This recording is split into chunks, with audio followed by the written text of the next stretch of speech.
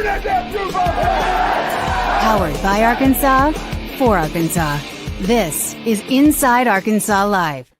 And welcome into Inside Arkansas Live here on this beautiful day here in the great state of Arkansas. I'm your host, John Neighbors, alongside Curtis Wilkerson and Andrew Ellis, and I appreciate each and every one of you for making us a part of your afternoon. This afternoon is we're going to have a wonderful Tuesday here on the show. We're going to talk about, of course, what to watch, presented by Bryant Technologies, a little buy or sell action, presented by BetSaracen. We'll have the alumni hall question of the day. And we'll also get into an SEC update. We'll get some of the games going on tonight in basketball presented by Rhoback. And we'll get to your chats. And we'll make sure that we get to the good ones, too. So if you want in on the conversation, that's the best way to do it. But, fellas, how we feeling on this Tuesday? How are we feeling right now?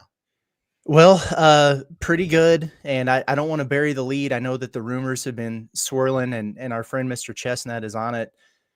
Today is going to be my last day with Inside Arkansas. And I'm excited to announce that I am starting a new chapter as the third executive director with Arkansas Edge in the last 6 months. So I want to take this time to thank John and Andrew for all their support through this time, and hopefully I can get this thing right for Razorback fans. It's a big burden that I'm looking forward to shouldering here.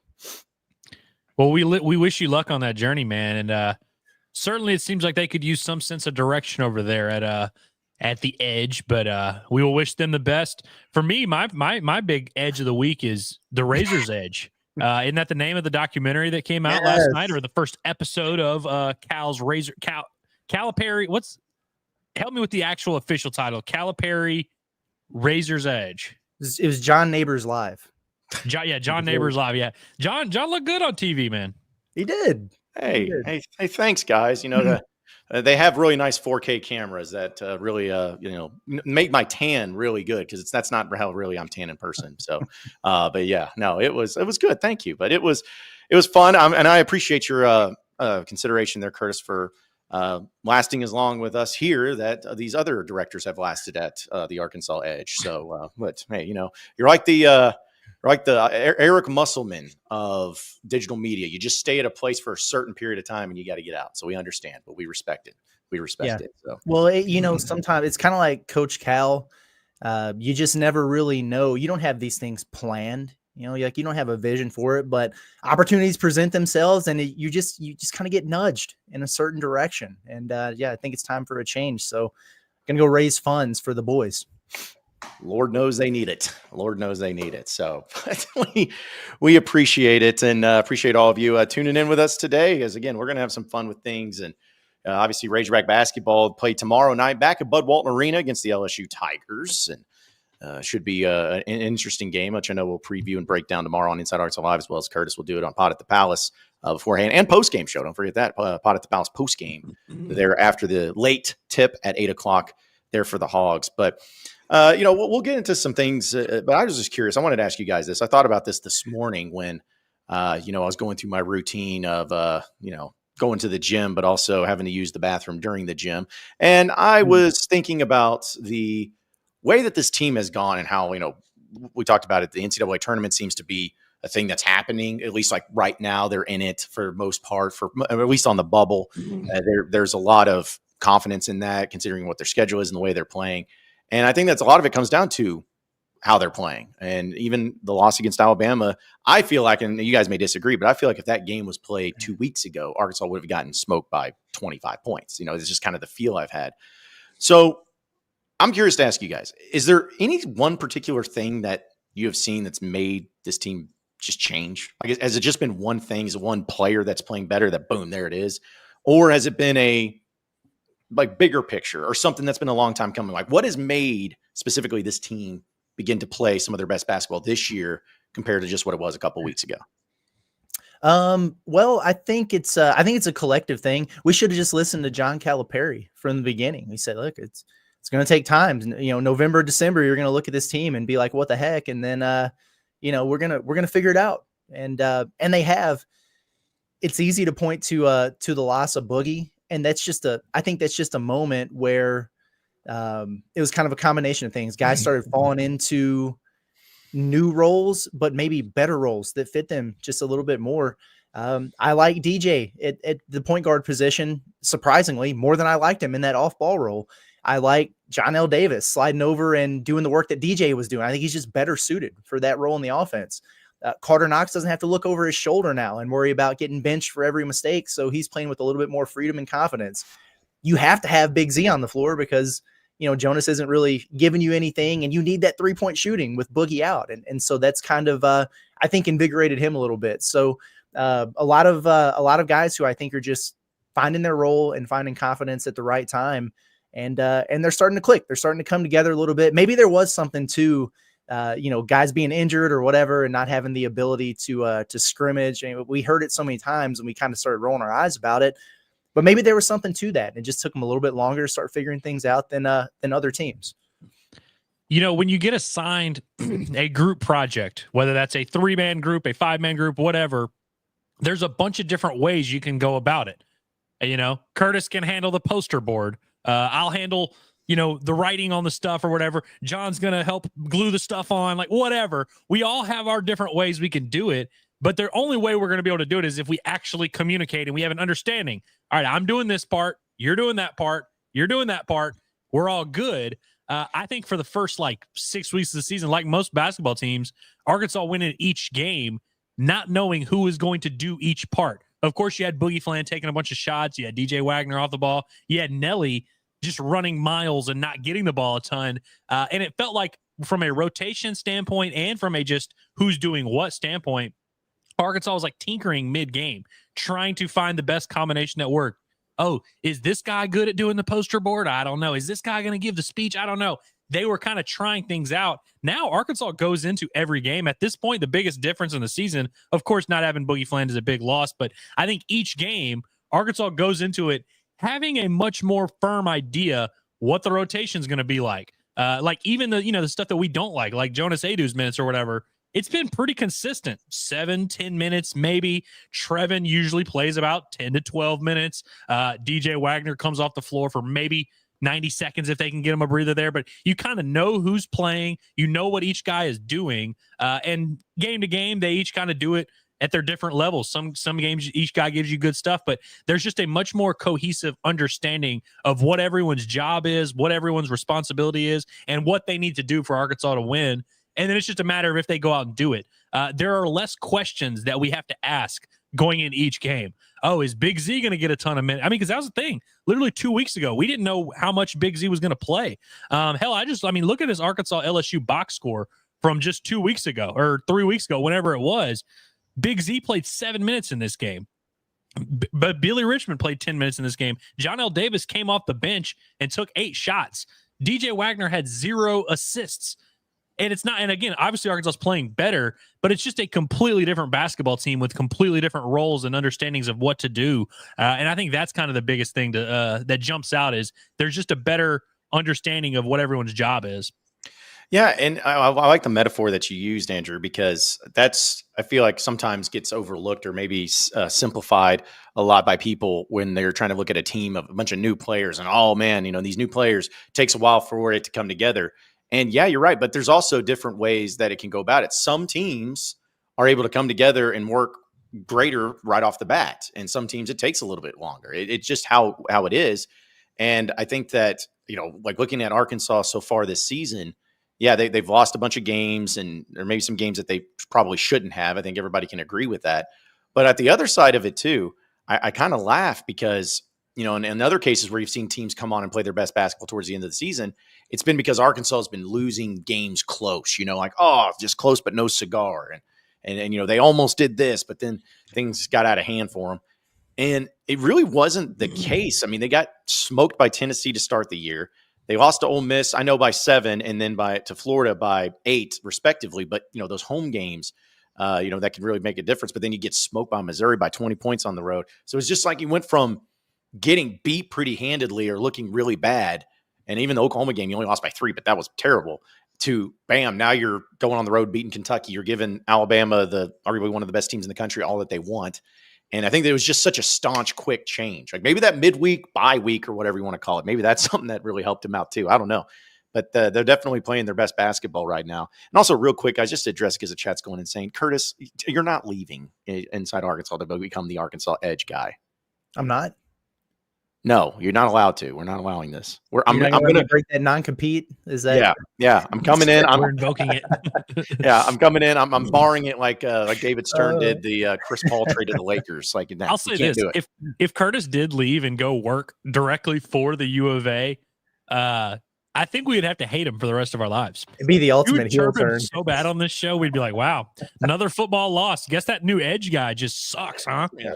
Oh yeah. He would be forget Sam Pittman and all the blame that he gets or anybody else. Yeah, it all just goes to Curtis. But people were actually thinking that was real in the chat, so I just wanted to address it real quick. I was looking at the chat. I wasn't going to say anything until the end of the show. Oh, my bad. I get my final farewells. I'll just say this to the chat. It's really tough, and I love Trey and Harrison. It's really tough when Trey and Harrison has to be the voice of reason who's like, hey, guys, relax. It was a bit. But that's what happened in the chat.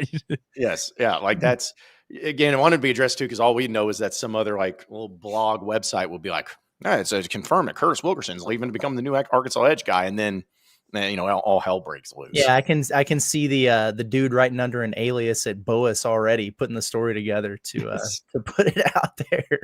Yes. I'm just flattered that anybody, even for a split second, thought I was remotely qualified for that job. Well, I mean, then again, who is? At this point. Yeah, I mean, I don't know, man. Tough. Because even the qualified people seem they don't want to stay on there. But we'll talk about that for the Arkansas update for sure. But that going back to the point though that we were talking about with Arkansas too, and it's about where they're at now. And obviously, the Arkansas LSU game is one that you got to win. You got to win pretty handedly. At least I believe you can, being at home and all of that. But also, Big Z is the one that's getting a lot of love too because of that performance he had against Alabama. And I know that you guys know this because you guys obviously do a lot more research than sometimes I do. But I was just looking at his stats this year, and it's insane. And I think maybe you even brought up, Andrew, looking at how little to not playing he did during SEC play in the beginning, which I know he was dealing with injuries at times, but it was insane to see some of the numbers that were getting thrown around where he was playing 6 minutes in a game or 2 minutes in a game or having 0 points, having only one shot. And then now you see what he did against Kentucky and I see what he did against Alabama. Hopefully you can stay consistent, but he's one of those players where it's like, dude, it shows how much of a difference you make with Big Z, where he is able to be a non-factor in some of these SEC games to now being one of the players that, as we had fun with yesterday, that everybody wants to get the ball to and start making some plays on it. Like his change and his ability to get comfortable in the role that he's in has been huge as well. Yeah, it's a balancing act though. It's like when one guy flourishes and another one falters. It's almost like the Eric Musselman days where there was no such thing as a platoon or like a 1-2 punch at a certain position. It's like one guy's going to play all the minutes and the other guy's not going to play at all. Like we talk about Z and him playing 7 minutes at LSU and not really having a role. Well, what happened that night? Jonas Adu had a double-double with 4 blocks. You know what I mean? And it was the same thing the game before when they played Florida. He nearly had a double-double there, and he's protecting the rim and playing 35 minutes and looking like the all-SEC version of himself. Well, now his game has fallen completely off of a cliff, and he scored 6 points or something total in the last 5 games, and he's playing 7 minutes a game. Somebody's got to pick up that slack, man. And so I'm very thankful that Big Z has done all the things that they've asked him to do because Cal and those assistant coaches, sometimes they play coy when they talk about these players. They don't do that with Big Z. Like they're all those guys have been open the entire time saying, hey, we expect more from him. He needs to take this more seriously. He needs to hold himself accountable and stop worrying about everybody else. I mean, they've been very open about that. And when things were bad, they were critical. And now that things are better, they're saying, hey, he's doing all the things he needed to do. And now he's playing more physical and he's working harder and taking it more seriously. He's stronger. He's in better shape. Thank God. Because could you imagine if he was still kind of stuck in his old habits there and Jonas was obviously still injured trying to play? I mean, what would they do? It's just like, hey, Trevin and Thero, you guys are going to play the 5. So good to see Z step up. I want him to play well. I just need him to chill out a little, just chill out a little bit, get Arkansas some wins here. But I really want to see that dude back next year. And if he keeps doing this, he's going to be out of here. And that bothers me. I'm selfish. Yeah. You were talking about, kind of the disbursement of the minutes there. It's crazy. I was looking, again, I had this LSU box score pulled up. Jonas Adu played 30 minutes in that first LSU game, which is just kind of crazy because, I remember him having a couple games, and it was actually one of his better games of the year. I think he had 12 and 10 and 4 blocks. That was back when Jonas was kind of giving them something. But I think it also just kind of goes to show you that Arkansas could have won some of those games early in SEC play, but they were just trying to be a completely different team. Everything was just completely different. And obviously, I think that the version that they're playing with now is a lot better. But again, I just think it comes back to this is kind of how it needed to play out. Obviously, you'd still like to get more from Jonas. You'd like to get somewhere between the nothing you're getting from him now and the 12 and 10 and 4 blocks he was giving you during this LSU game. But it is just kind of interesting. But again, I just come back to, I think Arkansas has a much better understanding of what they need to do each game to win. And it's clear at this point that Big Z is right in the middle of that. I think offensively, of course, he just raises their ceiling. And I think defensively, the fact that he's been able to be serviceable in a lot of these matchups here lately, and even above average in some of these, has been huge. And so, yeah, I agree. I'm losing hope that he is going to have another year as an Arkansas Razorback, but good for him. Go get paid. Yeah. Yeah, if that's what he wants to do. And I just want to address this. Somebody just tweeted at me, be like, y'all are talking about Big Z as if he is Ray Allen. The dude's not that good at three-point shooting. And I'm like, my brother in Christ, he's shooting 44% from three-point land, or 43%. He's Arkansas' best shooter, without a doubt. Yeah. Like, what a weird comparison. Yeah. Yeah. I mean, yeah, Ray Allen, the best shooter ever. Yeah, he's not better than Ray Allen, but in terms of big men in college basketball, I don't know if there's 5-7 footers on the planet outside of the NBA that can shoot the way he can. Right. I mean, yeah. I think so. I've watched, I woke up this morning and watched that video on repeat for like 10 minutes of him hitting the step back and, making Grant Nelson's knees wobble and then knocking down that corner three. I mean, find me another 7'2", 240-pound guy in college basketball that can do that. Yeah. Well, I was going to say, when seeing that play too, I know which one you're referring to, but I wanted to make the joke of just like, man, if you get your knees buckled, if you get put on skates by a 7'2" guy, I mean, I don't care how big you are or whatever, you just need to retire. Yeah. I mean, and come on, the Alabama fans would come out of the woodwork, be like, Grant Nelson's a first round pick. It's like, nope, he's not. And he's also, he's not all of a sudden going to become like Shebue or whatever in terms of physicality, but he's scoring around the bucket more now, being more aggressive down there. And I get it. Like, he gets dunked on once a game. I'm okay with that if you're third in the SEC in block shots.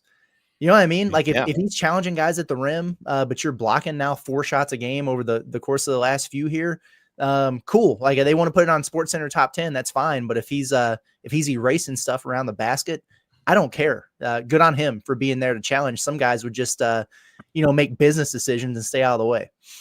Yeah, he went through a stretch with the shot blocking where, like, it was kind of just non-existent. He started the year with a 3-block performance, a 4-block performance, but he went through a huge stretch there at the beginning of conference play where he really just didn't do a ton. But the last 2 games, 7 blocks, like, that's big time.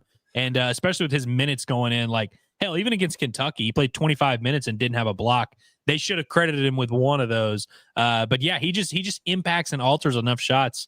And again, going back to the shooting, like, of all the things you can talk about with Big Z that, like, he needs to work on, because there's plenty of it, shooting's really not that. Nope, not at all. And again, it just shows sometimes people don't, watch games, I don't think. But I tell you what, we can go ahead and jump into your What to Watch, presented by Bryant Technologies, one of our newer sponsors that we always appreciate them and what they've done when it comes to dedicating themselves to delivering high quality infrastructure on networks and security camera solutions. They are the best. They have a lot of pride in what they do when it comes to exceptional workmanship and the commitment to keeping your business connected and secure, which in these days is always extremely important. I know that when it comes to, say, for us here at Inside Arkansas, if we're not connected, like internet and whatnot, we probably aren't going to be very successful. So it's very important to many businesses out there. Structured cabling, camera security camera installation, digital signage, TV mounting, all the great stuff there. They do it, and they service the entire state of Arkansas as well as the surrounding states. So those of you, which we know have a big audience down there in Texas or in Oklahoma, Memphis, wherever, they can help you out. And they were going to help you out with all the network and security needs. So give them a call today at 870-883-0330. You can also check out their website at bryantstechnologies.com with that S in between. bryantstechnologies.com. It's Bryant Technology, quality work guaranteed. I just want to play this video, guys, because we talked about it yesterday. It's Coach Kyle's birthday, 66th birthday. We got him a little cake, for his birthday. We're going to be up there with him in a minute. What's up, Coach? 2, 3. Happy birthday to you. Happy birthday to you. Happy birthday, dear Coach. Happy birthday to you. When you guys become 56 like I am, what? When you become 56, what is it? I forgot 10 years. The president is being able to coach you guys. I'm serious. Don't care the ups and downs of this. All I'm looking for at the end, that we're all writing our own story, okay? Appreciate this, though. Okay, I don't mean this as like a, oh God, he's an old man thing. I mean this is the sincerest compliment I could come up with. Doesn't Cal strike you as like the ultimate grandpa? Like with some like the little jokes there, the way The he glasses. acts, you know? Yeah, I love coaching this team. All that, he just seems like, if he was my grandpa, I'd really love that man. You know, I think I was thinking highly a of- little bit like a great uncle. You see all the Yeah. pictures of him like holding the babies and stuff like that. He has just like he just is cool. That's what he is. He's just a cool old guy for sure. And the 56 joke, like that's a classic. Whenever That's you're an perfect. old guy and it's your birthday, you're always like, oh, what am I, 41? No, I love did you- Big Z, man. Yeah. 66, coach. 66, not the 56, 66. Like between that and also, I don't know if you guys saw the tweet. Somebody responded to that tweet video on social media, but they're like, "Oh, is this him saying that he's deleting the last 10 years of his life at Kentucky because that's why he's saying he's 56?" I'm like, I don't think it's that serious. I just think it's an old man joke that is being made. But yeah, I laugh because we talked about yesterday. When he gets saying happy birthday to, like, how does he react? Dude is just sitting there with his glasses down in his nose, still just writing. At first, I was kind of like, is he just going to ignore him and not even act like anything's going on? But no, that's how he reacted. What is it with these guys and the extra rims on the glasses?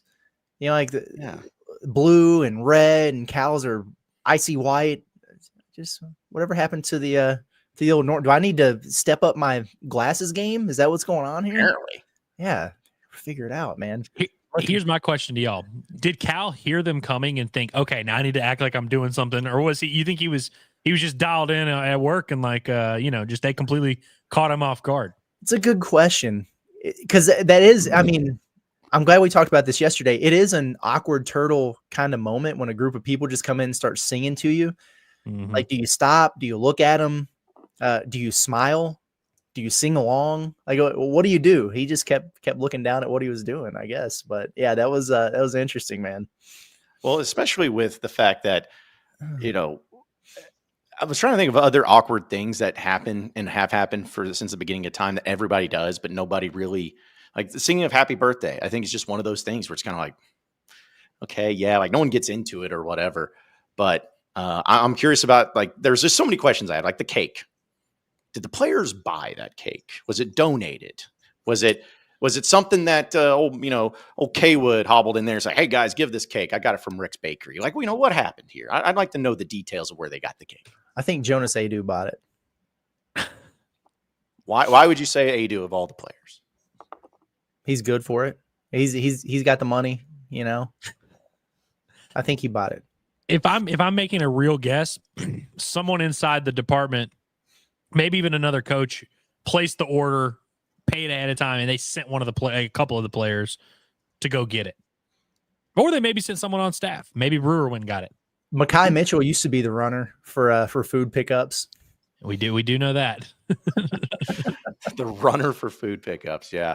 Again, there's just so many questions there. I will say I'm not a singer, I know, but man, I was hoping one of those guys on there, you could hear the tunes coming out. Either maybe they didn't care as much, but not great. Not good thing they're good at basketball and not singing for a living. Who would be the singer on the team? Brazil. Brazil. He's got that deep monotone voice, like that, the baritone. I could see him singing, like, I don't know, like some classics back in the day with that baritone voice. I'd say him. I know Boogie dances a lot. I don't know if he sings. that came to mind with Boogie. He's kind of he's a softer spoken guy. He's got that New York to him. So he might be able to. I get the vibe that Billy Richmond's parents made him be in the church choir until he was like 16. Yeah, he's probably still in it. He's a dude that followed the rules. Yeah, like I can see him wearing the thing. The boundaries outside. Yeah. Well, I'll also give credit where credit is due because, as much as the happy birthday singing is bad, I also am happy that nobody did the stupid and many more. Like at the end, you got to stop. Right. Which that's because the players did it, not the coaching staff. They would have done that dumb shit. Oh yeah, like that between that and because apparently there's like 8 verses after that you can just keep adding. I knew a kid that was in elementary school. We all wanted to literally bully him and put him in a locker when he would just keep going after a happy birthday thing. It's like, dude, you got to relax. Stop this. No one thinks it's funny. It's not cute. No one's like, ha, I haven't heard that one before. It's like, stop. But anyways, had to play that video. That was pretty. That was cool. That was pretty good. That's pretty good. But you said it earlier, Curtis. And I can't believe I didn't mention it. Maybe you guys talked about it, but I love this team. They put that thing in the hype video before the Alabama game. I was going to the bathroom, and all of a sudden, echoing in Bud Walton Arena is, I love this team. I'm like, oh gosh, man, come on. Oh man, I love it. And I got to tell you, I don't know if we planned on talking about the Vice thing or not, but one. You did do a great job in there, John. That was good stuff, man. Thank you.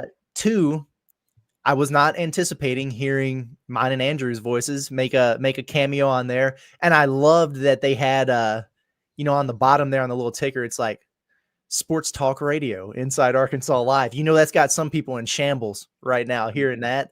I know that pissed some folks off for sure. Oh my God, I know it did. So that was fantastic. But I grew to love John Calipari even more because you hear some of the things he says, and he's PC, he's professional and everything like that. But he was dropping some knowledge on those boys in practice. The one time with I think it was Z, where he was yelling at him about something, and then he was like trying to fake being hurt or whatever, and he's like, "Oh, and now you're limping." Bullshit. It's like he was dropping some dimes on him with the 4-letter words, which is pretty funny. Yeah. Well, I thought a dude Thero might have been. Oh, sorry. Sorry. No, Andrew, you froze up on me again for a second. I'm sorry. Like your screen froze. I'm like, oh no. Yeah. No. Yeah. I was like, oh no, gosh, no. I was just gonna say this is a perfect transition because I did want to bring this up and just get your guys' thoughts in because I know people in the chat were talking about it. But yeah, go ahead, Andrew, on your thought. I was just gonna say I felt like a dude Thero might have been the MVP of the episode. One, I liked the little montage about him, and he's from Kentucky, and he was a 0-star recruit at one point, which kind of like inaccurate a little bit. I mean, I know he was a late bloomer, but like it's not like he was a complete nobody by the time he got recruited. But no, I just thought he was cool and his vibes, his energy.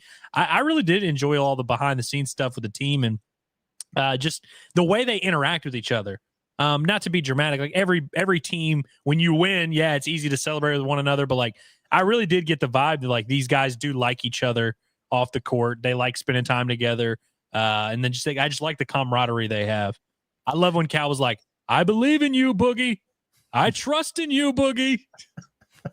Yeah. I like that was, I guess, my takeaway from it too, is getting to see unedited, like Cal dropping 4-letter words. I'm not saying like, man, I love seeing vulgarity, but it's kind of nice to see it in that perspective instead of what's diluted down and released, like what people want to see or what they want you to see.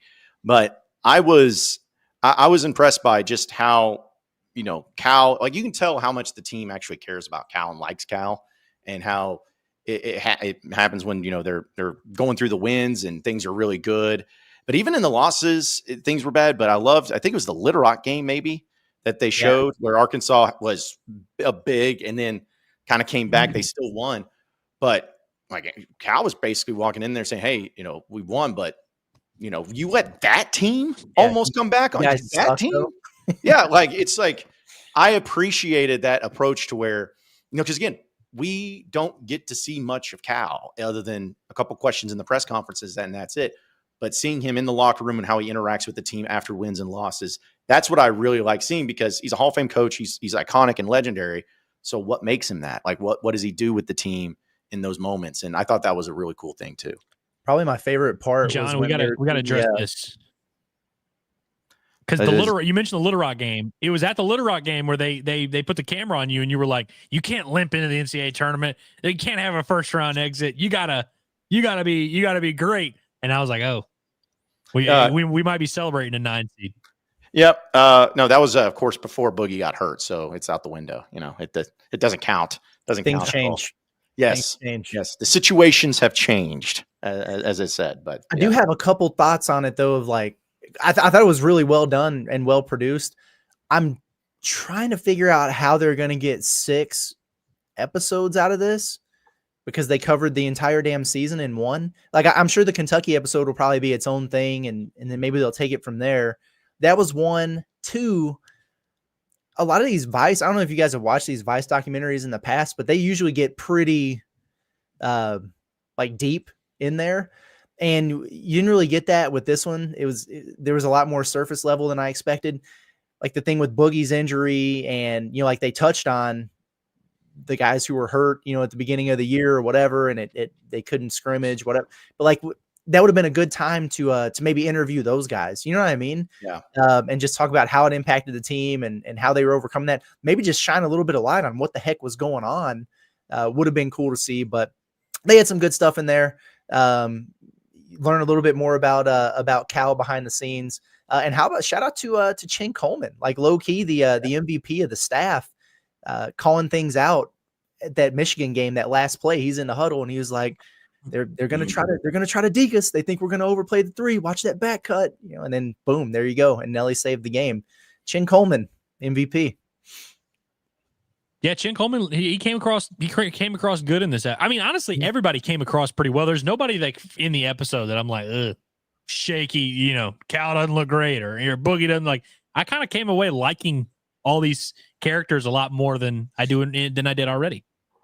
Yeah, and I'm with you on the thing, Curtis, about what all they're going to fit into. Because I mean, I don't know what it's going to take. I was kept wondering if it's going to be, because I know you guys watched like The Last Dance on Netflix. Yeah. I think it was where they every episode they were talking about the 98 year, but then they went back and like covered one certain year and then they moved forward and it kept just building up to that moment. Like maybe it's one of those things. I'm not totally sure, but it'll be interesting to see what kind of in-depth analysis and everything that they do leading up to that. Cause I was like, man, so I guess the next episode is the Kentucky game. Sheesh. I mean, that just happened like a week and a half ago. So yeah. It's going to be fascinating, but I like seeing those things and like seeing the ins and outs of it and seeing, like Cal, just and a few random things. Like it's not anything like, oh, well, I didn't know this, but seeing Cal go to the Catholic church up there in New York City and just, him talking about that because we know, okay, well, he's Catholic. Well, he says he goes to mass every day, but does he really, but seeing him talk about that and how much it means to him to do that. And then, getting a little bit of background with, I thought the Boogie thing was cool of seeing, just him being there on the floor and hearing him talk about from that area, just little things like that we don't really get to see much of. Seeing it in those particular things and moments was awesome. And in fact, that Inside Arkansas was featured a lot was really cool too. So that was cool. Yeah. That felt good, man. Yeah. I'm not going to lie. I didn't watch it until I knew that we were in it. And I knew John was going to be in it. And so I was like, I saw John's clip. That was like the first thing I saw. As soon as the episode dropped, I saw like the clip of John, like in the first 5 minutes there. But once I found out that me and Curtis's voices were on there, I was like, I got to tap in for sure. Big time, man. And in fact, I think a few people here in the chat were bringing it up. Like Vids for me says Vice video is pretty cool. The fella's got a lot of love on it. Yeah, it's cool. And then let's see. I already talked about dabbing Rhino in your comments. You can't hold me to it. It doesn't count yet. But also, let's see. Where was it at? I just saw it. Okay. Oh yeah. Well, Angel's giving me crap about my hair. That's fine. Oh. But that's who cares about that? It's crazy how long this has been going on. Cause I mean, John, when you did that one interview at Tin Roof or whatever, that was like September or something. I mean, that was, it was still summertime outside. It felt like maybe October. It was well before it was before the Kansas exhibition even. Yeah. You know what? That's a good question. I don't remember actually when it was. like, I don't remember when I went over. I know it was still when I was feeling really good about the season. I know that. So for some reason, this is another time where I remember things exactly. I remember I was Christmas shopping when we were texting about John going to Tin Roof to do that. So I think it was in December. Okay. I mean, that sounds right. Yeah, I'm looking at it now. Okay. Thursday, December 19th was when I did. Okay. So yeah. But yeah, it's been going on for a while, and that's where, because when we were in Lexington, we got to see them a little bit. So I'll be curious to see what ins and outs stuff that they had there. But yeah, it's been going on a while. And we were talking about it at the Leroy doing our shows during football season. Yeah. Oh man. Yeah, I guess we were. Sheesh. Time has gone by fast. It's really has. But I like this from Dre, who says, can we just take a minute and think how nuts this is? We have a big documentary about Arkansas. It's so cool, which is true. It's the cow factor. Isn't that what they say? It's the cow factor. It's the word.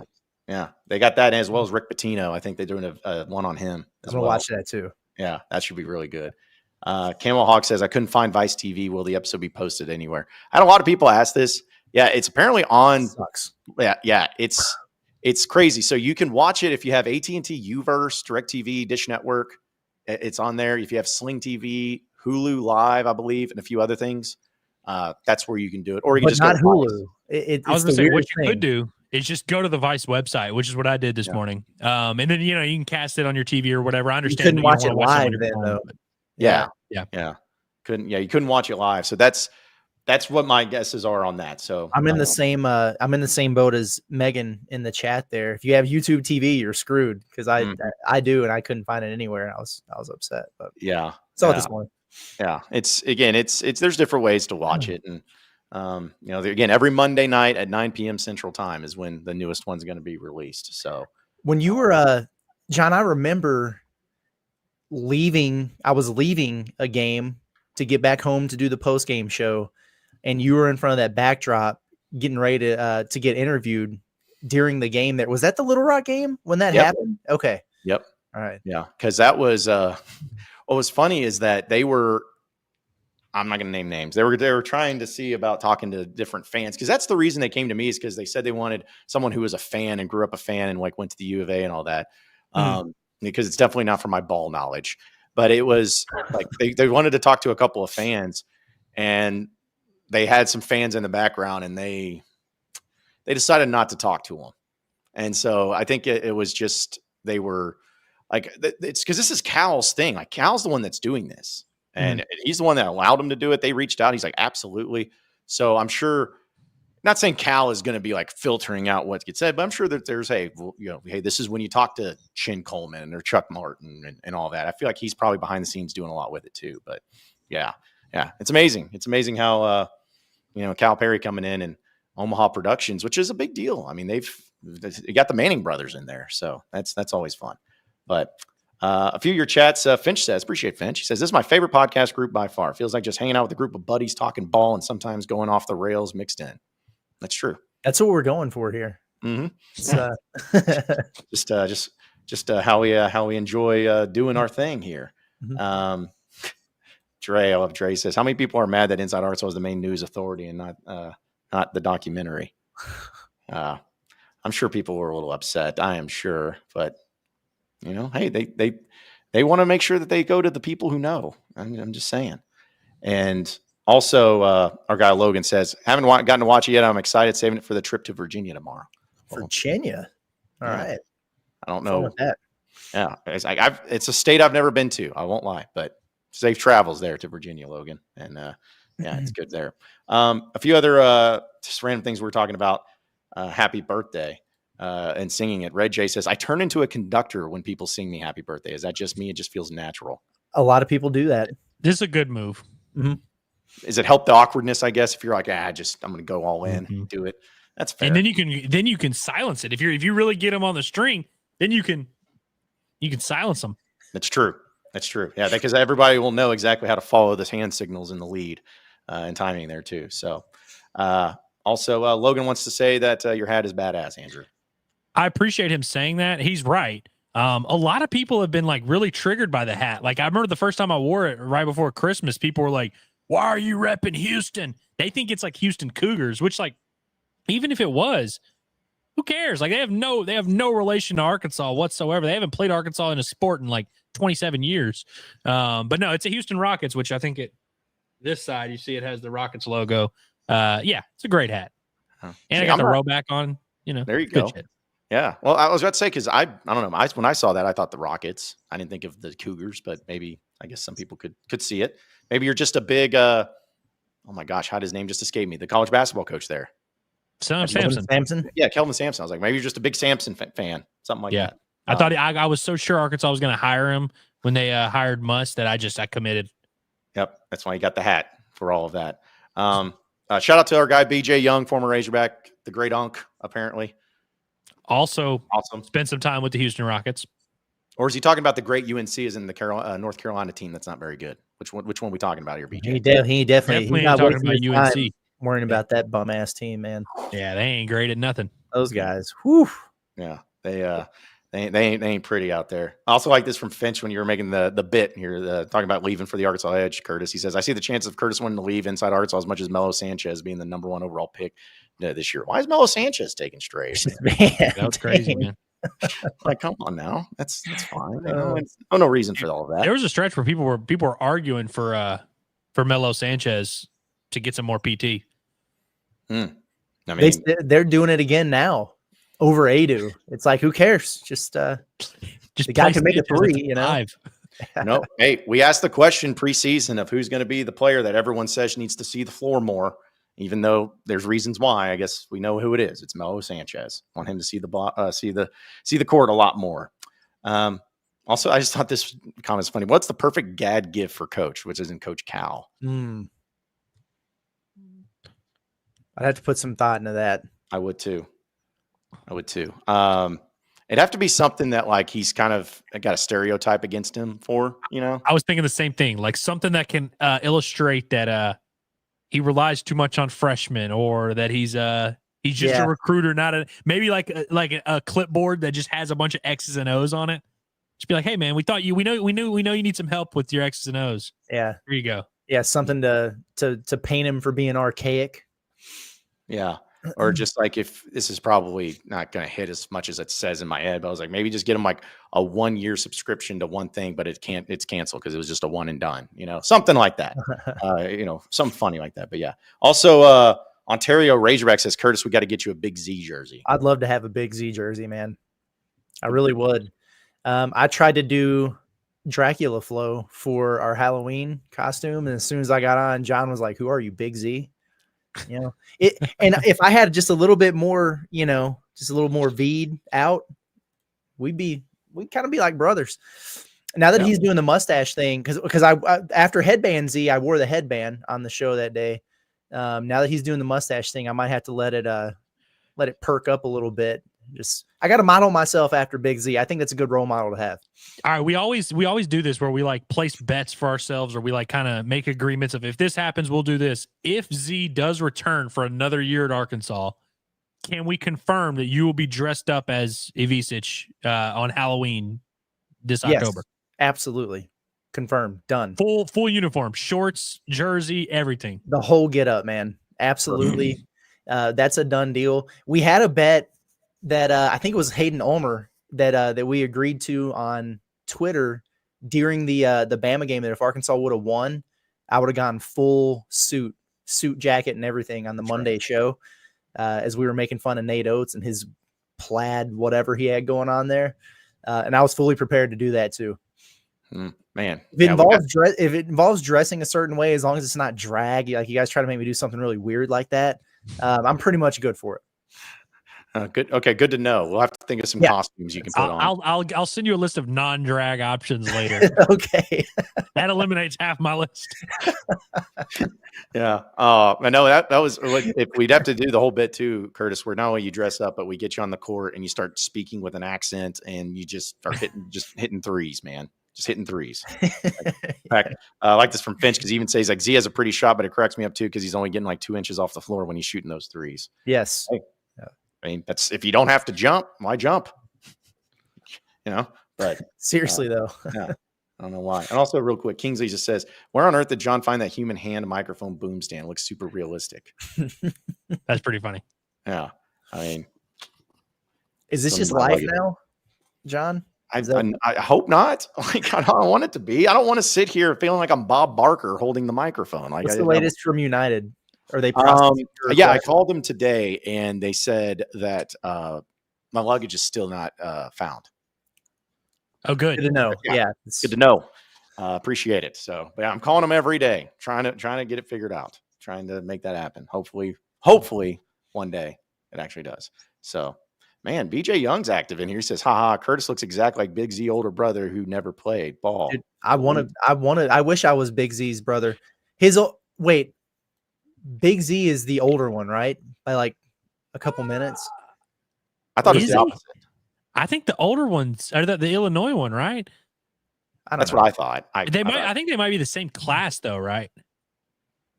Like they're both in their second year of college, or did I make that up? No, I think you're. No. I don't know. I don't know ages. The Illinois kid just got there, but I mean they're twins. Right. I I don't know. just can't remember which one came out of the womb first. Gotcha. Which one's taller? Z taller? Big Z? Yeah. Okay, well then he's Yeah, he better. is. The other one's bigger a little bit, Yeah. like thicker. Yeah. I tell you what, let's go ahead and do a little buy or sell action presented by BetSaracen and the BetSaracen app, the #1 sports betting app here in the state of Arkansas. Appreciate their partnership and appreciate them making it possible for us to continue doing what we do and their support. And as a reminder, real quick, folks, in case you didn't see our post this morning, next week's going to be a busy one for us at Inside Arkansas as me and Curtis will be heading down to Auburn for the Arkansas-Auburn game down there, first time in Auburn. That'll happen. The game's Wednesday night, but we'll be leaving Tuesday, be back Thursday. And Andrew with Bombastic Podcast is going to be down in Arlington covering the Razorbacks in the, was it the Amagi Bank college baseball series, whatever it is. So I don't know what the hell they call it, and I should, but got no clue. I'll find out next week, and I'll let you know. yeah, I'm pretty sure it's like the Amagi Bank because it used to be the Kubota, but now Kubota's still in it. And I don't know. It's confusing to keep up with. But hey, those games are happening down there in Arlington at Globe Life, and Andrew's going to be down there with Bombastic covering it and talking about it every day. So you better be sure to subscribe to it. So let's go ahead and do a little buy or sell action. We'll get to your chats again here in a second, folks. But how about this? Just a little buy or sell for Arkansas. Buy or sell that Arkansas will win the rest of their home games this season. Sell. Who did they lose to? State, Missouri, who already beat the hell out of them. They could lose to Tech. Like, I mean, none of them are givens. Yeah, I'd say LSU, but like LSU already beat you. So yeah, Missouri's the one that really sticks out to me where I'm like, I could see them like not even being favored in that game. feels like the most likely one, right? Yeah, If they were going to lose. I'm interested to see what Mississippi State looks like tonight. They have somebody pretty. I want to say they're playing Florida. They play Florida, yeah. Florida at home. I want to find out how I really feel if Mississippi State is really about that life. But no, I'm gonna go sell, but only because that Missouri game scares me. But Missouri is way, way, way better at home. Yeah. Maybe I'm just hopeful, but I'm hopeful that they go win the rest of their games because I want to give the Razorback fans who come to Bud Walton Arena just one game that they like just play like a good upset win, whatever you want to call it, or a top 25 win, just something. Because they at least had that every single year, and this year we know that the home schedule wasn't the most favorable, especially in non-conference when it came to your biggest games. So it'd just be nice to have just one, if it's Missouri or Mississippi State, something like that. But I'm certainly hopeful that they do win. Of course, I want them to win all their games, but they need to so they don't finish below 500 in Bud Walton Arena in SEC play, which is a joke. Yeah, and I could be wrong. I could be wrong, but I don't think they've ever done that. Have they? Did they do that last year? Well, they definitely did. Year, right? Yeah. Okay. But outside of that, I mean, my goodness. Imagine them going to the NCAA tournament as an 11-seed play-in game, but they lost more games than they won at home in Bud Walton Arena. It's weird. It's crazy. It's been crazy. Yeah. If they lose to LSU tomorrow, it's gonna be a crash out like it was when they lost at LSU. But if they struggle, win that game, I'm gonna very much start leaning into that. Like this is just a road warrior team. Yep. Mm-hmm. Like I will, if they struggle and beat LSU by like 4 tomorrow, I will be convinced that they're beating A&M on the road Saturday. Yeah. And I mean, hey, I'll even spin that into a positive and be like, hey, you don't get to play the NCAA tournament in Budwallen Arena. Who cares how good you are there? Yeah. That venue means nothing. No, and I agree, but geez, it's like between football and how badly they play at home to basketball and how bad it's like Fayetteville's just weird. cursed. Yeah, just can't play well at home when you get to not travel. I guess whatever it takes, If it meant you go on the road and beat A&M and Auburn, but you lose at home to Mississippi State and Missouri, sign me up. I guess I'll be all for it. All right, buy or sell that Arkansas will have to play a doubleheader this weekend due to cold weather.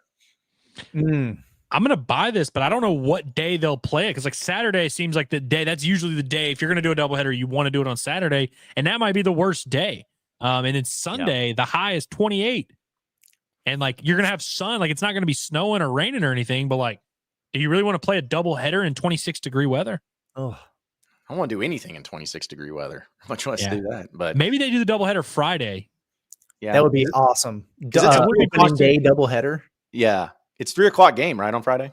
Yeah, hopefully. And then if they do that, hopefully that means they're doing like a 12-3 doubleheader and not a 3-6 doubleheader. Okay. Yeah, I'd be for it. Like, although I think we were all about to do that at the exact same time. I was just going to say that'd be tough on Valentine's Day for the fellas out there who are trying to watch baseball. You can't be canceling those plans for college baseball. So this is what my official announcement and my statement. If it is a 12-3 doubleheader or something along those lines, I will do the watch party and I will do it for the entire doubleheader. If it's 3-6, no, not happening. Not going to be live from 6 to 9 p.m. on Valentine's Day. Just cannot do that. Why ever not, Andrew? Like what would be the problem? Listen, I've got myself a few things in the works. I'm off to a good start for Valentine's Day. I cannot ruin it, but with that. Fair. That's a good move then. All right. How about this? Buy or sell that Jonas Adu will have a double-digit stat in a game in the rest of the season. And I'm not counting minutes. I'm talking about points, rebounds, whatever. I'm selling it at this point. Unfortunately, man. I know. And I am too. I am selling it, but it was just one of those things like, geez, man. Like crazy how things have changed. But if Arkansas keeps playing their best, they keep winning and beating some teams up, then hey, do whatever it is you got to do and take care of business. How about this? I know that they're the number 1, 2, and 3 team ranked in the country, but just talking about it in general, buy or sell that Auburn, Alabama, and Florida are the 3 best teams in the country right now. Sell. I'm selling that too. I think Duke is better than at least one of them. I know they just lost for a second. Okay. Take your time. I'm buying it. Okay. I think Florida would beat Duke. Okay. So you would say Duke is the 4th best team then? Yeah. Okay. So there's nobody. It's not like you think Tennessee's better than Duke because Tennessee's number 5. I was between Florida and Duke. Okay. For the last spot. That's where I'm at. I could hear an argument either way, but sure, I'll buy it. I'll take another step. Buy or sell that 2 of these teams make it to the Final Four. Sell. I will sell it only because Bama is so high variance, you know. Like I don't know, like Auburn, I feel pretty confident like they're going to make the Final Four unless some weird happens. Bama, it's a little bit tougher. Are we, now that I think about it, are we sure about Bama? Okay, that's what's funny is like, you know, the Florida's obviously the number 3. That's the one you focus on. Yeah. Are we sure Bama's better than Duke? Right. That's that's kind of where I'm thinking now. Okay, I'm changing my mind. I'm selling actually. All right. I was going to say it's crazy because I was thinking the same thing about Bama where I'm like, I'm not saying Bama's a bad team because they're not. They're really, really good. Yeah. It's just, am I crazy for thinking they were better last year than they are this year? Even though I don't better. think no. Okay. But we see that happen a lot though, where these teams that are like good every year, sometimes it's like the team that you don't really expect that ends up being the one that has the most success postseason wise. The only threats to get a 1 seed that aren't SEC teams would be Duke, right? Like, I mean, is there anybody else who would even? Not for me. It feels like they're going to have 3 1 seeds. Like, I don't even know how else they wouldn't. Let me see here. Yeah, because Tennessee is the other team in the top 5. Houston, but they're not even winning the Big 12 right now. Purdue, I'll tell you, St. John's. St. John's wins out. Yeah, okay, there we go. Dude, it's crazy, man. I want Arkansas to win a national championship, but if there was a second team I wanted to win a national championship, it'd be St. John's with Rick Pitino. 100%, man. Who, by the way, also have a documentary on Vice coming out. I think can't wait soon. Yeah. I mean, that would be really cool. And I've always liked Rick Pitino, but yeah. How about this? I guess we'll have to. I'll tell you what, folks. If you're in the chat, because I saw some people doing this, if you want to do a buy or sell for us, we'll bring it up. We'll talk about it. If you have your own little custom one that you want to throw in there, as long as it doesn't suck. Yeah, as long as it's not not stupid, because ours are never stupid. All right, yeah, because we have the submission from our prep team here on the show that gives us our own little buy or sells. We'll start with Curtis. Buy or sell that Curtis can throw a ball further than John or Andrew. Any ball, like any sports ball. So it means like I could throw all of the balls further, or just any one in particular? Football, baseball, basketball. Yeah. All of them. I feel like you got a Kevin Love-esque basketball outlet pass. Yeah. Really good there. Yeah, I mean, I don't know. I guess I'm not the one to be answering this question, but yeah, it's a good one. The one I wonder about is football. So, like, realistically, I don't know when's the last time you've thrown a football? How far do you think you can throw one? Because I've actually tested this in the last 5 years. I have no idea. That's just it. Like, I mean, I've thrown the football around recently, honestly, but like from 15 yards, just hanging out. Yeah. You know? So I was at my high school a few years ago, and me and my buddies were just kind of throwing the ball around. And I remember standing on the goal line and getting it close to midfield. Like, I could throw it close to 50 yards in the air. Wow. And now consistently, here's the thing. If it's like a one shot thing, I'm all or nothing. Like, I have to get the right angle. Like, I'm anywhere from like 32 to 50. I don't know. I might sell on myself for the reasons of football. Like, I would bet on myself for basketball, and I've got like a Rick Ankiel arm with baseball. Like, I can chuck that thing far. So I feel at least confident in being able to hold up. Football, I'm not sure about. So you think you could stand at home plate, Baumwalker Stadium, and throw it right over the center field wall? Of course not. But yeah, I'll say I think it's I'm gonna buy it at least because I know like football might be the one. Like, I'm like Chad Pennington in football. I can't throw it further than like 25 yards, but I'm accurate with it. So like I'm all about the accuracy. I just catchable ball. Yeah, exactly. Yeah, just right there.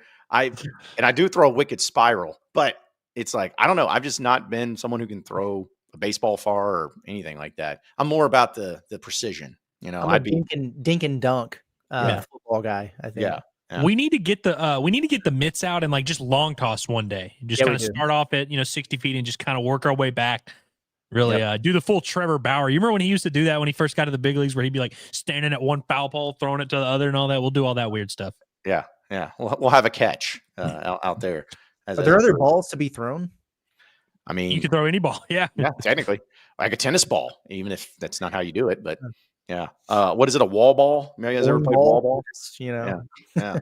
Wiffle ball. We can see who throws that one the furthest. I'm sure it'll go well.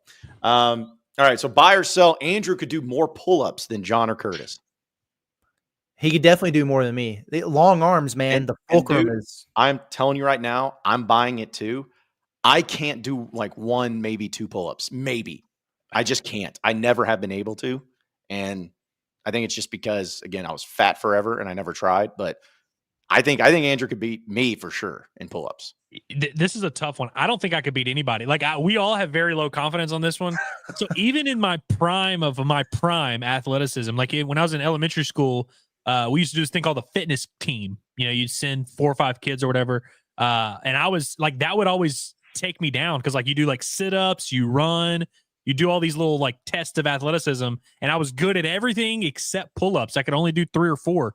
Even when I was a kid, I have like longer arms. Like I have like a 6'2" wingspan for a 5'10" body. And I'm like built like SpongeBob where my arms and legs are skinny and I'm fat in the waist.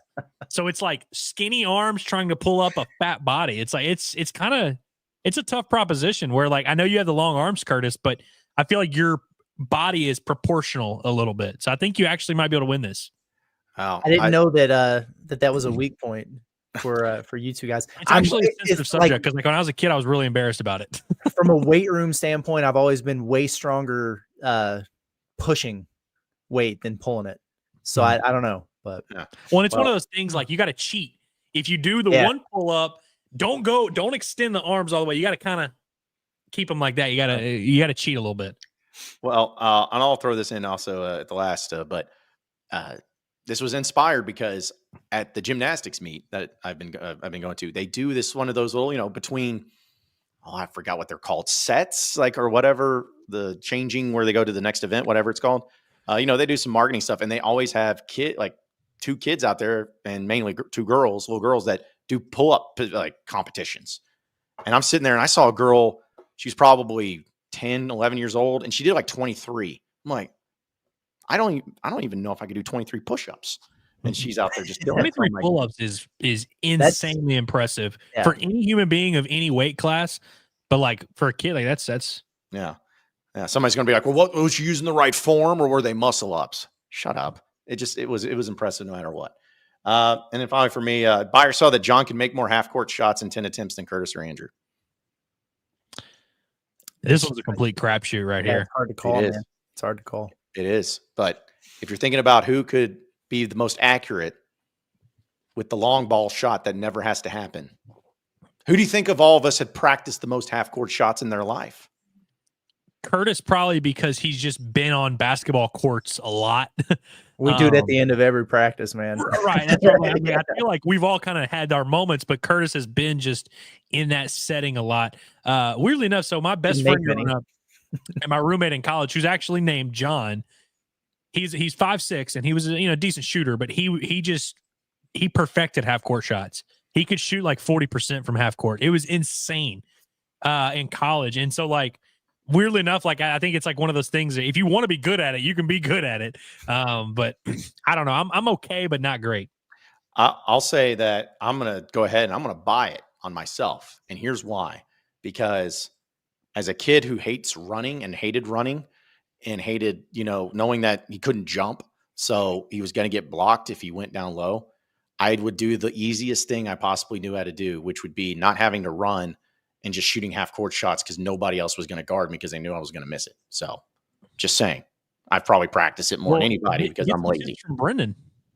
Oh yeah. Yeah. Tips from that's still the stupidest thing. I'll never. And he didn't even bank it in. He just straight up swished it. Nothing but net from half court, which is like honestly harder than like a lot of things on a basketball court. And didn't even use two hands. Just was the all one. So again, that might have been the greatest athletic feat I've ever seen from any human being. But yeah, shout out to Brendan with the $5,000.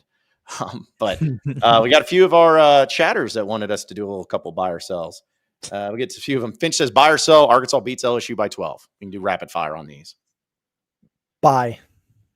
I buy. I'm going to buy it too because I really think like there's a chance Arkansas just opens up a can on these boys. Yeah.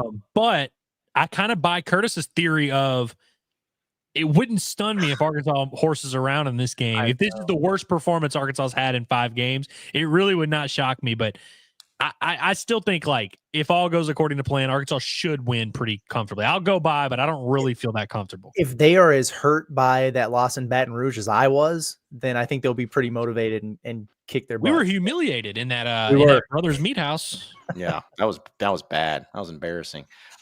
This one's to me an easy one. Buy or sell that we, as an Arkansas, have a better depth team next basketball season. I'm buying. Buy time. Yeah, seriously. They better have one. He flat out said 11.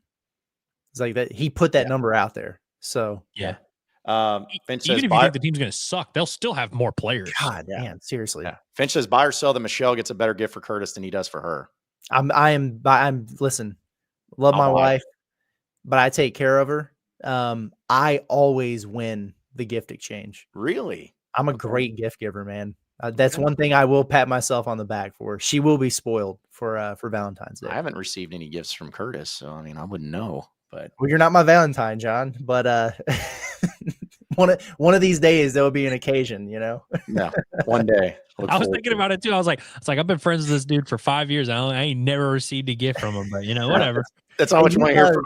That's not what you want to hear from a friend of yours, where it's just like, I'm the best gift giver ever, man. I love giving gifts. Anyone who Right. I even remotely care about, I'll give them a gift. Yeah, it's like Andrew gave me a Trevin Brazil basketball card once, and yeah, that was sick. Wasn't it you that got the Curtis Wilkerson MLB card? Was that you that gave me that? Wait, hold on. What are you talking about? Oh no, yes, there was the Texas Rangers. Yeah, you know who I stole that from? I stole that from Andrew Hutchinson. I was at his house one night, and he was going through just a bunch of old stuff, and he knew I would be into it, so he invited me over. And there was like a bunch of Arkansas stuff, but he just had all these cards that he had never opened, and he's like, "Let's just open them and see if there's anything." And there was a guy named Kurt Wilkerson. I mean, yeah, I love how he's just like, "Oh yeah, that gift, I stole it." You're like, it's like, Yeah. oh, good. Well, I mean, I think I probably told Hutch that I was stealing it. Like, Yeah. BH 501 whatever says, buy or sell, the Hogs sweep Washington State, then win 2 of 3 in Arlington. I'll buy this one because they're only gonna have to play like 2 games this weekend, so they'll win both of them. And I think 2 and 3 in Arlington's pretty. I mean, very doable. Michigan sucks. Like if they lose to Michigan, that would be a little weird. Baseball's a weird sport, but I mean, TCU could conceivably be the only like really tough opponent they play. Is Washington State? I mean, they're not supposed to be good. If they're good, it's because they miraculously found a bunch of guys that nobody's ever heard of, and they've turned them into stars. You know, like they were bad. They were really bad last year, and on paper, they didn't bring in anybody who it's like, yo, watch out for this guy. So, are they in a league this year? So I should know this. I looked up their schedule earlier, and I think they're not in a conference, but they're playing a lot of those schools, but they're just not conference games. Because I mean, it's them and Oregon State. Yeah. Who's like they're literally just like they're playing each other also, of course, because I mean you got to. But yeah, what is their y'all filibuster and I'll pull up Washington State's schedule and we'll figure out what they're doing. Well, I remember when the schedule came out and I saw Washington State, I was like, oh, that's a really cool opening series. And I was like, wait, the Pac-12 is no longer a thing. So what does this even mean? And so, yeah, I have no idea. Yes. They play in the, aren't they in Gonzaga's league in the, in basketball? Both those, I think they are. Washington State and Oregon State. Yeah, their schedule that I'm looking at right now, it's literally just whoever the hell will play them. It's a lot of, let's see, they're playing Air Force, Fresno State, Nevada, New Mexico. Oh, so it's Mountain West. I saw it on. It looks like Washington State might be just playing Mountain West. Okay. Well, but that's not the same conference as Gonzaga, right? They're West Coast Conference. They're West Coast. That might just be a basketball thing for all I know. Yeah, so they're basketball, they're West Coast Conference. Baseball, they're Mountain West Conference. And then football, they're nothing. It's so weird. All right, just a few more here because I know I had some other things to get into. Guy Dre says, buy or sell, the Taylor Green is in the conversation of Heisman at some point in time this season. Sell. And I love Taylor Green, but sell.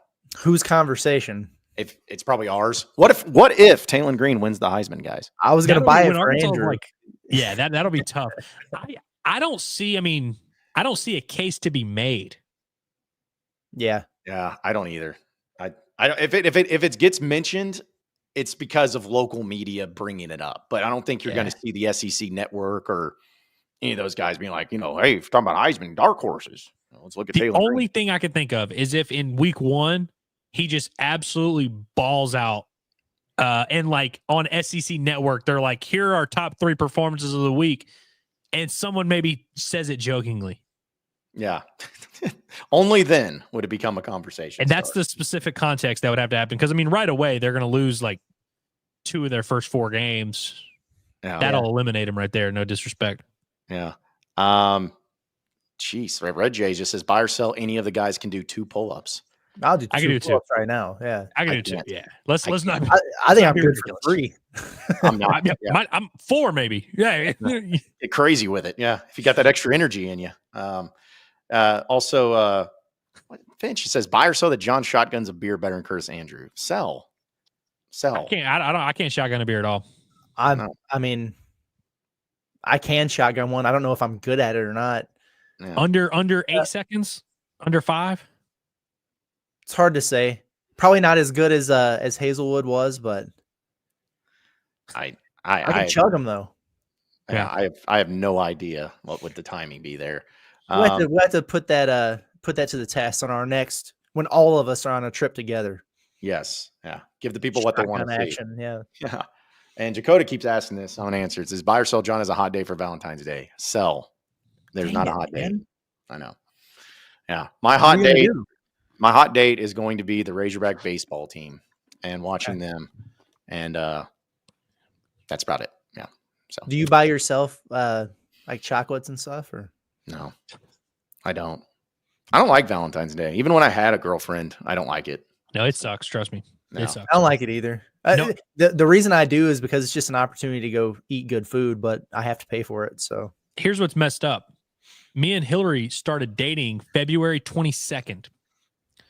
So basically every year, 2 weeks are just taken up. That's tough. And we're going to Arlington for this one. So I really got to ball out on Valentine's Day because I'm going to freaking Arlington next week. Well, there you go. Yeah, appreciate everybody jumping in on that. I'm going to address this one too because people keep bringing up me. It's like Dre says, buy or sell that John mentions his time as Arkansas as a student more than 4 or 5 times. What? I never talk about that. Come on now. I mean, to be fair though, like this is a show called Inside Arkansas Live where we talk about Arkansas sports. Kind of makes sense that it comes up. Yeah, and also too, any question in that documentary for one that I talk about was because they asked the question. Like I didn't be like, hey, can I tell you about my student section days? It's like they asked the questions. So, but I guess I'm glad it's getting notoriety that I do indeed do that. So, I'll tell you what. Let's keep it moving here and get into your Arkansas update presented by Davis & Garrett Insurance, your independent auto owners insurance agency, securing what matters the most. I wanted to bring this up because I know I think mentioned it in the early part, but this is the only part of the update that I wanted to get into is that the Arkansas Edge, which of course is the name, image, likeness collective of the Razorbacks, according to Hogs Sports, they're in the market for a new leader. Kyle May, who I actually met, he has left his position though as the executive director last week, and he was just hired back in July after he was there to replace the very first executive director, Chris Bauer. Who also know, but he just says, quote, in a text message, I'm leaving to pursue another opportunity, but I'm immensely appreciative of the opportunity to have worked for the University Collective. And of course, Arkansas Edge being an affiliate of Blueprint Sports. Guys, I'm just going to be honest. Like, the Arkansas Edge is a disaster. It's a disaster. And give me a little time, bro, to get it right here. Like, give me a little time. Give me a couple months to make my mark. No, I demand instant results, Curtis. Okay, but you're right, man. It's a complete mess. And what was this guy doing before? I don't know. I'm not taking shots at him at all. I'm not doing that. But I think I read he was doing fundraising, which is important, relevant. But like for the Walton Art Center or whatever, yeah, it just seems like you gotta be really specific with the type of person you bring in there. I saw on there that they were looking for, preferably, but like it's not an absolute requirement, someone who went to the U of A and everything. But you got to be able to make that connection. You can't just bring in anyone as a fundraiser to find success in this. It's just it's a very specific, I think, connection that you have to make. Yeah, Arkansas Edge had been pretty silent for a while. You know, like we just don't hear a ton. There was a point where I felt like we were having Arkansas Edge conversations a lot. But the one thing that I keep thinking about during all this is if what we've been saying on this show is true the last few months, which is fan collectives and fan donations are something everyone has to have, and you have to do your best to try and get as much as you can from that. But ultimately, that's not what's going to drive your NIL department. Like that's not what's going to fund your football team and your basketball team and really make the big difference. And so I really think it's going to be interesting to see how the U of A handles this, because you, of course, are looking for leadership with your collective, but then, like, of course, you still need to have the Tysons and the Walmarts and the JB Hunts of the world. And so I think for now more than ever, the university has to figure out a way to not fall behind during this window. Not to mention, you also don't have a GM for football, despite the fact that literally everybody else has one.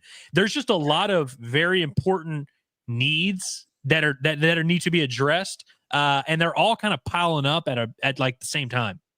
Yeah, like because again, I don't want to hate on anybody and anybody's personal because we all try to do the best job that we can, and I try to give credit where credit is due, but you just can't tell me that this thing that they signed, that the U of A agreed to this. Okay, this is what they agreed to with Blueprint Sports. No one forced them. No, they had their own department that was kind of that was running it a little bit. I still think Terry Prentice was awesome at what he did. He's at Mississippi State now. He ran track at Arkansas, and you let him go to Mississippi State because you wanted to go with this. And it's like, okay, so if you're going to partner with him, how in the world have you allowed it to become this? This makes you forget Blueprint Sports. This makes the U of A look bad because you got two people that have already taken over the role and then they're gone, and it hasn't been promoted. And it's such a pivotal part of fundraising and for the NIL and everything. And I just don't understand. I'm like, why did y'all do this? Like, why did y'all partner with him if it seems like y'all don't care to promote it? You don't care to be a part of it. And I feel bad because, I mean, again, I think that these are nice guys that I've met, but I'm just going to be honest. I feel like that in ways they were set up for failure. Like, I just think that they, I'm not saying that they did everything perfectly because I don't know the ins and outs, but it just seemed like they were walking into a no-win situation. And so it doesn't look good. And when you're talking about a guy that took over as the executive director in July, and here we are 6 months later and he's gone, the second guy. So you've grown on your third guy in a year. That's a bad look. It's a horrible look. And so I don't know what it's going to take. And I think that, some of the things you brought up, Curtis, as far as the type of person that needs to be in that role is justified and true. But man, it just is very frustrating to me where, you got these mixed messages coming from places like the U of A about like, NIL, and how it's changed everything. And we know that and we've heard, when it's been reported, like Hunter Yurchek is someone who was against collectives, yet you signed on with a collective. So if you're against them, you're not going to promote them because you don't like them. It just seems like I don't know what the point of this is. Like, I really don't. I have no idea. It's just unfortunate. It's unfortunate that, with everything else going on at the U of A and the athletic department and the problems that they have, one of the big things that you signed up for has been a mess since it started. And I just don't see any light at the end of the tunnel for this. So I don't know what they need to do. I don't know what they're going to do, but geez, prayers to whoever applies for that job. No kidding. Yeah. And I didn't, for the record, but it's almost like they're just very reactive instead of proactive. And does it feel like there's just zero chance that they can successfully navigate two things at once, which would be the collectives, which are still really important in that part of the fundraising, and then also figuring out the revenue sharing thing? Like, I don't know. There's some athletic departments, I see them, out in the forefront of this, and I'm like, oh yeah, they'll make this work fine. And I'm just looking at the U of A right now going, I don't know, man. And why would you feel any way differently for all the reasons you just said, John, about how they've just been trying to do this? What was it called before Arkansas Edge? The first one? Oh, tried to do. I know what you're talking about. Or yeah, I think it was one Arkansas. Yeah. Like, that didn't work. This one hasn't worked. They just keep rolling through different folks. And when you see that, like, it's just that's not even they bring in somebody new with fresh ideas or whatever. Like, it's still, there's kind of a lack of incentive there when it's like, man, these guys are they're going through leadership like crazy. What's going on over here? It's tough, man. It's a tough situation. Doesn't help that this happens the same week that we're also getting some more word from Carlton that the 50-50 thing is still getting shot down. Like, they're like, they're very resistant to ideas on a lot of different fronts. And so, it is going to be very interesting. And again, I'm not trying to harp. I know the GM thing is something we've talked about a lot. But when you think about some of these specific sports programs at Arkansas, like basketball, we know why they were able to field a really good roster. It had nothing to do, court a good roster. It had nothing to do with the collective. It had nothing to do with people in leadership in those spots or any of that. It had nothing to do with, of course, revenue sharing, which is now going to be a thing they're going to have to deal with. But with football, like, when we went into the offseason, all three of us were very skeptical because we were like, hey, for Arkansas to, really improve, they're going to have to really nail this stuff in the portal. They're going to have to have a great idea of how to allocate money on their roster. And we had no idea what they were really working with NIL-wise to begin with, which Sam assured everyone that it was great. They had a ton of money. They had plenty. You're doing all this without a GM. And it's like, so now you don't have a GM and you don't have someone even running the collective, which we were told by the athletic director that like, that's going to be the big thing. If Arkansas is going to take the next step, it's going to have to come from this collective, which is now, doesn't have a captain steering the ship. It's like, maybe Sam Pittman, it really is just like he's dialed in and he's able to overcome all of this. But I feel like it's really a lot to put on a guy who also had hip surgery the day the offseason started. And it's like, I don't know, man. It just feels like a lot of you guys use the term set up to fail. You could say that about Sam Pittman with the football program for sure when you really think about all these factors surrounding him. Yeah. And it's like the point that I was trying to make months ago, and I know a lot of people have been, is just if NIL is a big problem, if you're having issues with the funding of NIL, if I was an athletic director, I would be nonstop promoting the Arkansas Edge. Like if you are struggling getting NIL dollars, then what better way to try to raise that than to get people to get into that? Because you partnered with them. You're the one that decided to do this. And I know you decided to do it because you got that $2 million bump right off the signing bonus. But it's almost like they just wanted that signing bonus and they just said, who cares about the rest of it? And honestly, I feel bad for anybody that has signed up for the Arkansas Edge. Like if you're a common fan that's given, I forgot how much money it is, monthly, or I think there's different tiers, but I feel bad for you because it's like, you went in with good intentions of, I want to help my Hogs win. I want to help the Hogs get better players. And you've just been left with nothing. You have no incentives. You have no idea what's going on. You got the third director going on. And it's just like, it shows sheer incompetence at the highest order. And the GM angle that you brought up, Andrew, I don't care what anybody says, and you cannot tell me otherwise.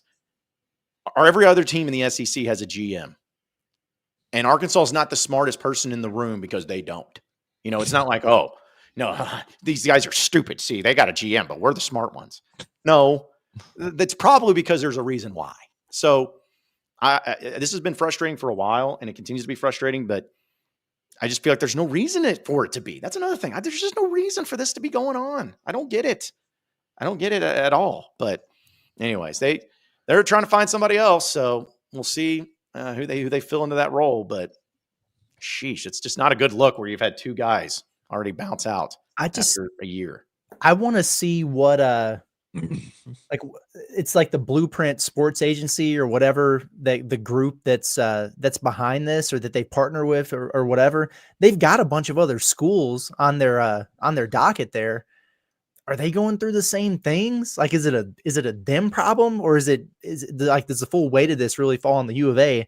It probably does, or a majority of it. But I was just looking at their website, and it's like they got UNLV, looks like Penn State, NC State, George Washington, it's like Maryland. So they've got a good handful of schools there. I would be interested to talk to some folks around those programs and see, like, hey, how is this going for you?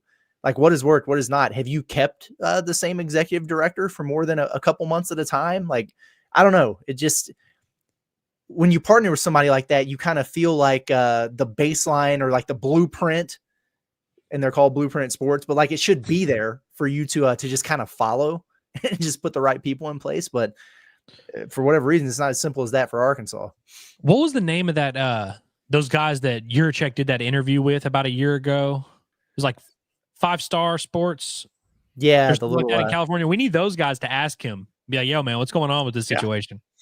Yeah, because it's him and somebody else is the only people they ever talks to. So it would be nice to know a little bit more about it. But I will say, and Curtis, you bring up a good question about it. The fact that Arkansas is the only SEC school listed in Blueprint Sports is alarming to me, because if I don't think I'm mistaken about this, but I'm pretty sure Tennessee did originally have Blueprint Sports, and they don't anymore. So I'm just saying. Yeah. Just saying. Yeah. Oh, yeah. Okay. You're right. I found the list. Yeah. Penn State, UCLA, just the notables here. NC State, Maryland, Arizona, Villanova, and then a bunch of mid-majors. Oh. Sorry, that tells you all you need to know. That just tells you all you need to know. But anyways, again, I don't want to crap on anybody specifically, but yeah, you can't just convince me otherwise that the Arkansas edge and everything that's been going on with it hasn't been a mitigated disaster from the get-go. And I think they've timed it perfectly with the launch, because you guys remember it was with the day of the Duke game and they hired Bobby Petrino. It's like, Oh man. what could be more exciting? And when they beat Duke, I was like, yeah, man, if you're going to launch it, that's the time to do it. Remember all the hype like leading up to it? Mm-hmm. Of just, different people who thought they had information, was like, this is going to change the landscape of NIL and college athletics. Arkansas is on the forefront, man. Get out of here, man. Get out of here with that trash. So, but I will say this. I can say this now, guys. I'm gonna break some news for you. I always laugh when you and Andrew do this because I think it's a good bit, but I'm gonna say I got some news for you. They actually came to me originally before the Arkansas Edge was announced if I would be interested in taking that position. And that was before I moved back to Fayetteville when I was still working for the Buzz. So they came to me. When I say they, certain people came to me and wanted me to apply for the gig. And so, I'm not saying that I would be somebody that they need to go for, because I don't think that, but I think that they need to have somebody who has a passion and understanding and is set up for success. So I don't know who that's going to be, but like Logan comes in, he says, I wish Carlton would do it from Saracen. He's got Saracen rolling right man for the job. Hey, we love our guy Carlton. We love Saracen and everything, I'm just telling you right now, Carlton is doing just fine with what he's doing right now. So Yeah, he should set aside his extremely lucrative career he's got and come be the GM of Arkansas. I also saw Jerry Jones's name floated where they were like, why didn't he just sell the Cowboys and come be our GM? Like, why didn't he do that? Sure. Yeah, I don't know. That seems like a great idea. That's my favorite thing. Everyone, fans are just, like you always bring up when they lost to UConn in the tournament the other year. They just need to go get that guy like Sanogo. Just go get one of those. Oh, Yeah, okay, man. sure. We'll work on that. Arkansas says the athletic department has put literally all their resources in Hogs Plus, and the fans couldn't care anything about it, that platform, because they see through it. And I got the messaging today.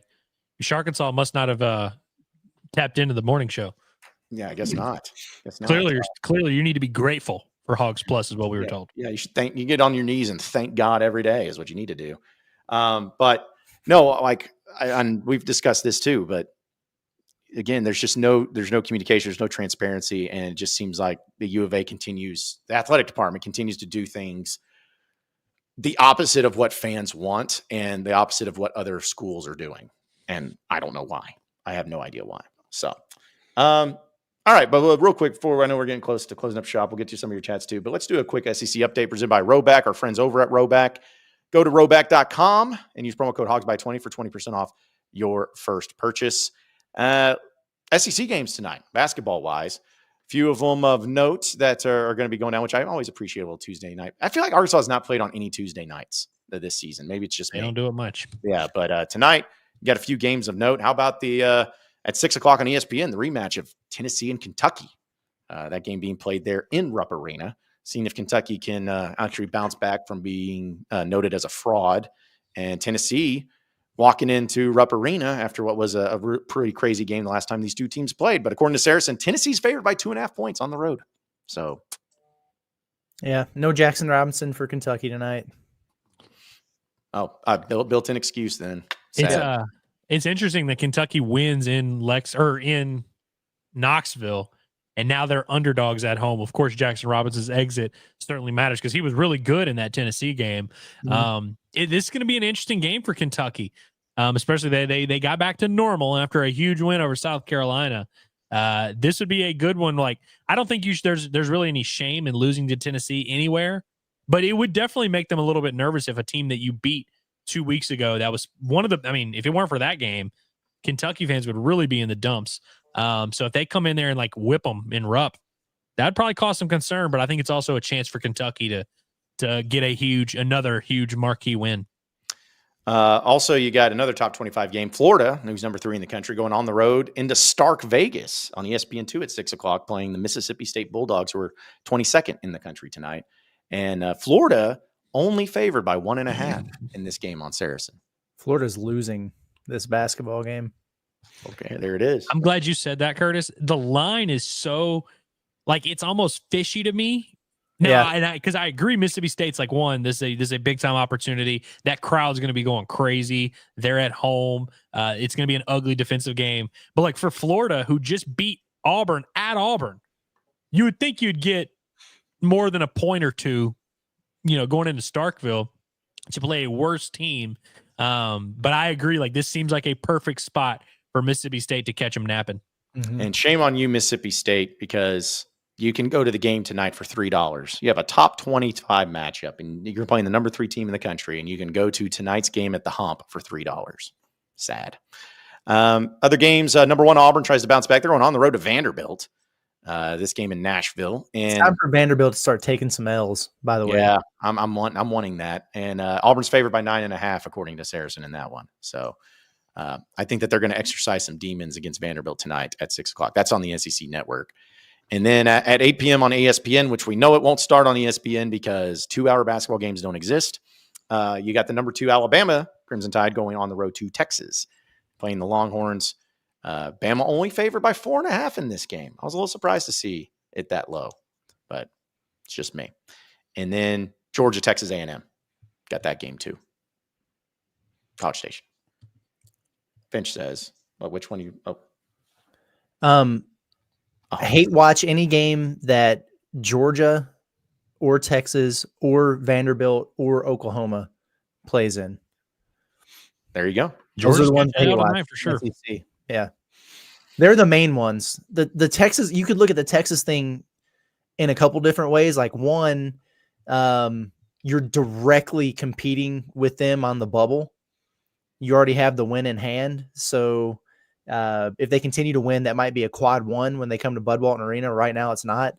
Or they could just lose and fall out behind you.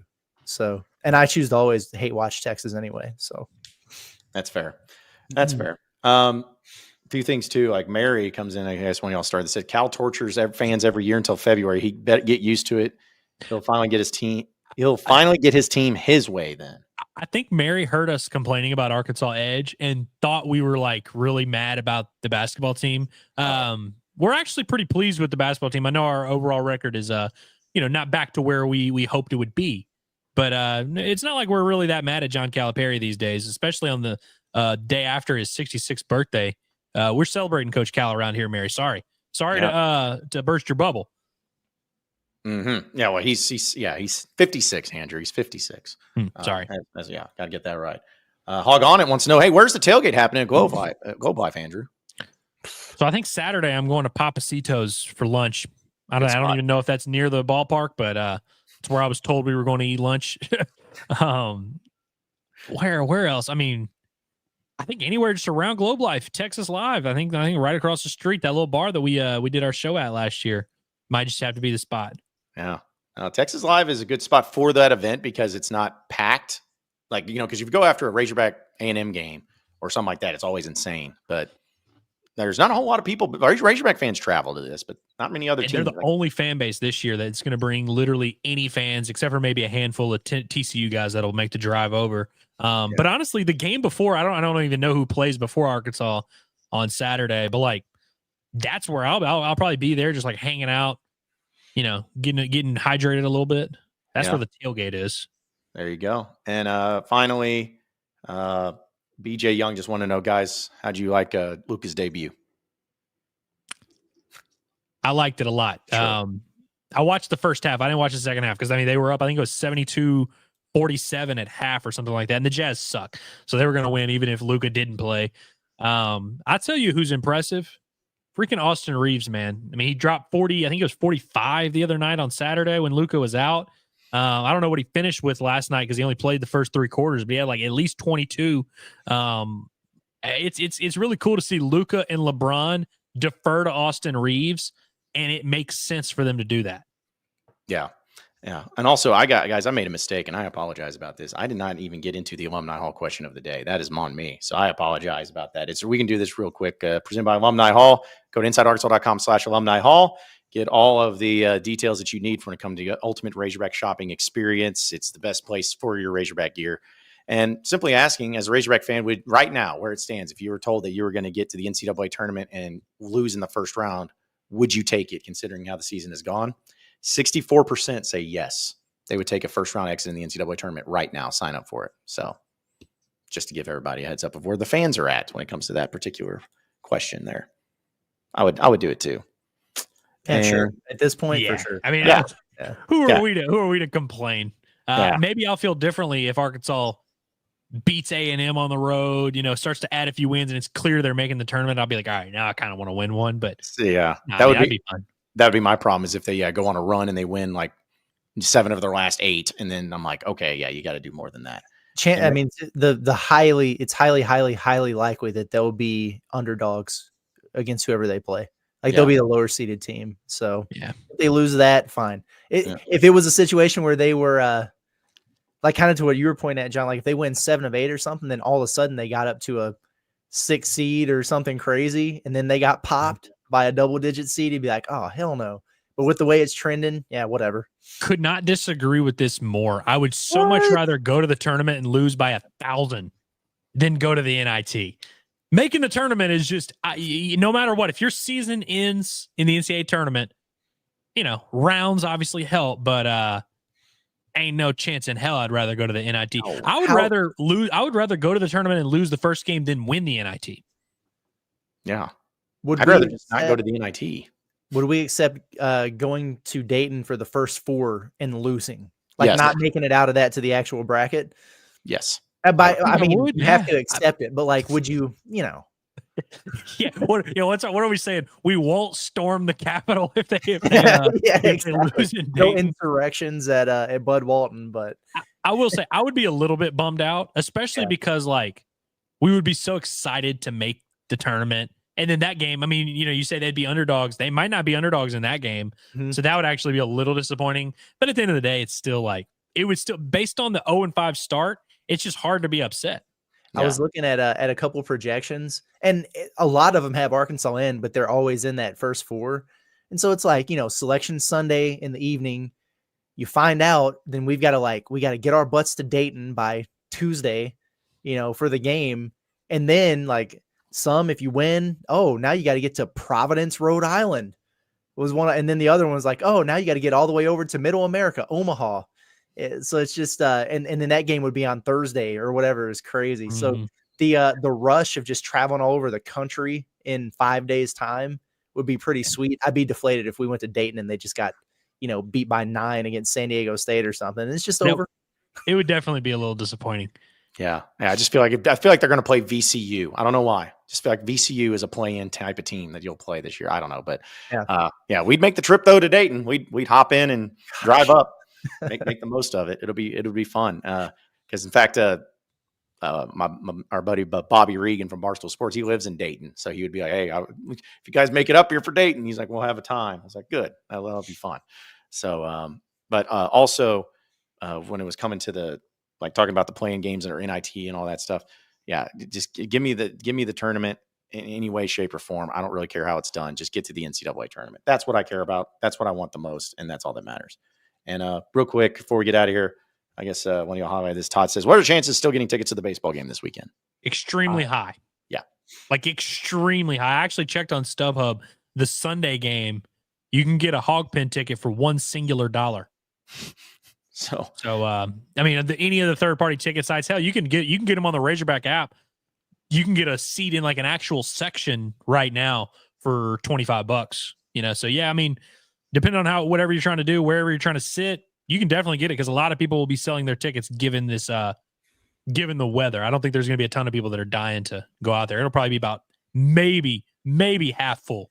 Yeah, exactly. And I know our guy Hayden Ulmer has always talked about it, but folks, if you haven't experienced the max bases loaded landing, whatever it is, it's a pretty cool spot too. Those tickets are as well. So if anybody has those tickets, let me know. Yeah. Let me know. I need to see the max bases loaded landing at least once this year. Oh, there you go. All right. Well, fellas, before we get out of here, any final thoughts? Nope. No.